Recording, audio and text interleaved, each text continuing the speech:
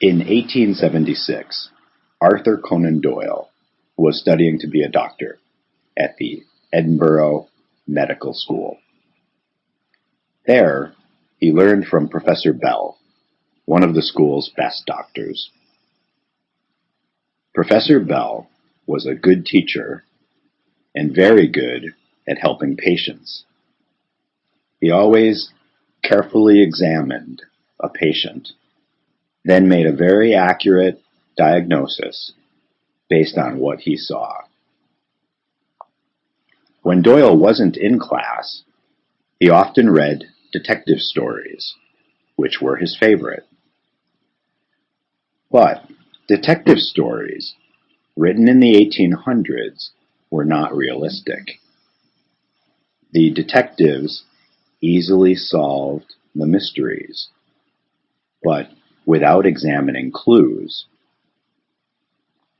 Doyle thought he could do better, and someday he'd write realistic detective stories.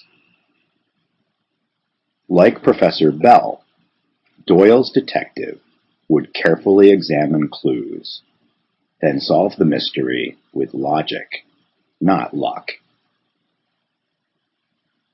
Doyle finished medical school in 1881, but he wasn't ready to write detective stories yet. He wanted to see the world. As a ship's doctor, he traveled around the world. During this time, he learned a lot about people and culture. In 1885, when he returned to London, he had all the pieces he needed to make Sherlock.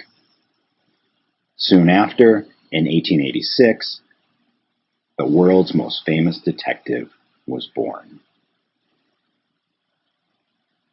Doyle gave Sherlock a helper named Dr. Watson. Watson is Sherlock's closest friend and helped Sherlock solve many mysteries.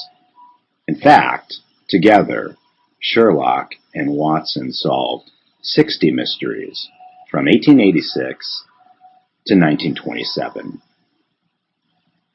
The next time you see realistic detectives in movies or on TV, solving mysteries by examining clues like fingerprints and looking for DNA, just remember, it all started with Sherlock about 130 years ago.